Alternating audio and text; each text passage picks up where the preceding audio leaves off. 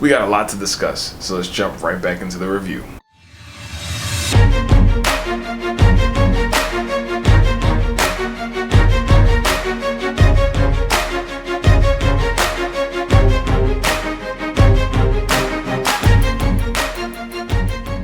So, we pick up right...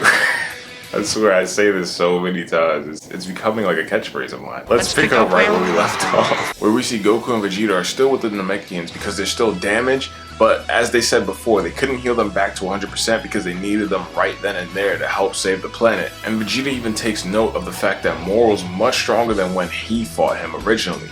And then Goku comes to the conclusion that he's probably been stealing energy from the planet as well as them. So this is where Goku and Vegeta catch on to Moro's ability that he can steal energy from the planet as well as the people on it. And then one of the more interesting things here was how Vegeta noted that Moro seems to be finding the Dragon Balls very quickly. He even states how he's doing it at such a rapid succession, kind of like how Frieza did, except for Frieza had the Scouter. Now Goku even states that he thinks that Moro is not sensing the Dragon Balls, but that is contrary to his belief because we then see later on the way that Moro is finding these Namekian villages is he can somehow sense the Dragon Balls themselves. That is incredible. I didn't think that they would go that far with this idea of him being able to sense things, but he is sensing, I don't know what he's sensing in the Dragon Ball. I know what it is. Because the Dragon Balls are made of magic and Moro is a magical being. That makes perfect sense. Wow, I didn't think of that before.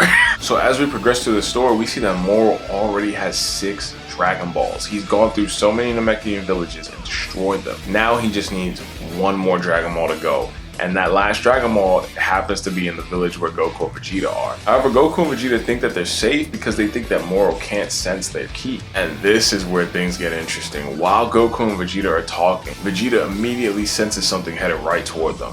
It's Moro, of course. And they're completely thrown off and shocked as to how he can find them. Goku gets up, he puts on his gear, and he gets ready to go fight Moro. However, right before Goku and Vegeta leave, Vegeta does ask the Namekian Elder, how does he feel about the fact that Vegeta had done so many horrible things to their people in the past? This part I thought was actually pretty cool. It shows that Vegeta does have remorse, and it's something that still bothers him to this day.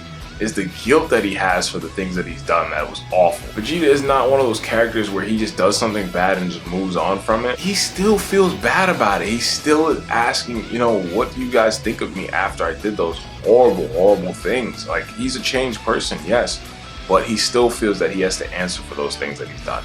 And then the Namekian Elder says to him, we don't hold grudges. Basically, that's what he says. He remembers everything that Vegeta does, but they don't hold grudges. And I like this little touch. It was pretty cool. And again, this adds on Vegeta's character. It just builds his character up more and more. The Moro arc, it's such a character building arc for Vegeta, and I love it. And right before Moro actually shows up, Vegeta says to Goku, I want you to use a wish to restore this planet to how it used to be. Oh my god, this guy is like so amazing. I don't know how people don't like this character. And I'm loving this shot of Goku here where he's standing and waiting for Moro because it reminds me when he was ready to fight Broly where he was standing in the same position holding his jacket as it blew away in the wind. So Moro actually does see them waiting for him in the distance, and Moro says that this time he's gonna put an end to Goku and Vegeta. He has pure murderous intent when it comes to these two, and we're about to see this fight go down. Right before that they can get into it, a spaceship shows up, and it's Merus and the Galactic Patrol, and he jumps out immediately. To everybody's surprise, Moro jumps out of his ship, Moro and Merus start to fight, and Merus is dodging all of Moro's blasts. And Merus is looking like a beast, like he's so lightning quick, dodging everything. And once he gets close enough to Moro,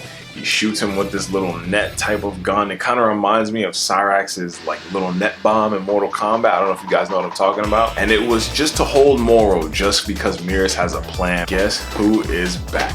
Boo shows up, man. Boo is here, Majin Buu is awake, and him and Moro lock eyes for a second. And there's just a moment of pure intensity between the two. And I don't know if Daikaio took over for this instance, but Boo just remembered and immediately let out a giant roar. They have an ancient rivalry between the two of them. And this is cool to see the side characters getting love. This is what a lot of people wanted to see in Dragon Ball Super. And once Moro yells and Boo yells, they go right at each other. Boo flies right at Moro. Moro tries to use that same planet like lava attack. I don't know what it's called. And Boo just dashes right through it. He gives no damns, giving Moro a good punch right to the face, sends him flying. And then as Boo goes in to hit him again, Moro impales him with his hand. But this is Majin Buu we're talking about. Like, he's literally chewed up gum. Like, it doesn't do anything to him. So Buu throws Moro away and starts blasting him with energy bombs. This is when Moro does the same thing. With all that smoke being there, he has the same energy ball. Now, this technique, remember, this was the technique that was enough to put Goku and Vegeta out of commission because it sucked out all of their energy. Just him creating the technique was enough to put Goku and Vegeta out of commission. So he throws it at Buu, and Buu is a straight up beast. Buu's just like, all right, boy, bring it, and kicks it right out of the sky. It reminded me when Buuhan did the same thing with that giant energy ball, threw it at Vegito, and Vegito just kicked it out of the atmosphere. It's crazy, these callbacks. And then Buu does some crazy flip, smacks Moro down. I mean, Buu was literally beating Moro's ass. I'm gonna be honest with y'all, he was smoking him.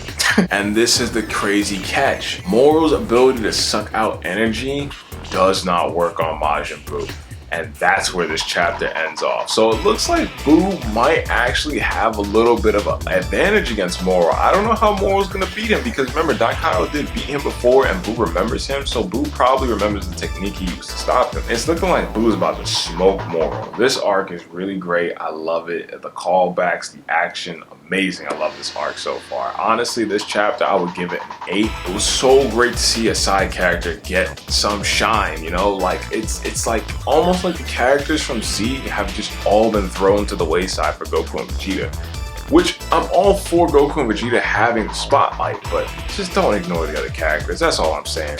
So, those are my thoughts, guys. Make sure you guys leave a like, hit that subscribe button. Don't forget to share that video because we're on that road to 1,000 subscribers. So, that's all I got.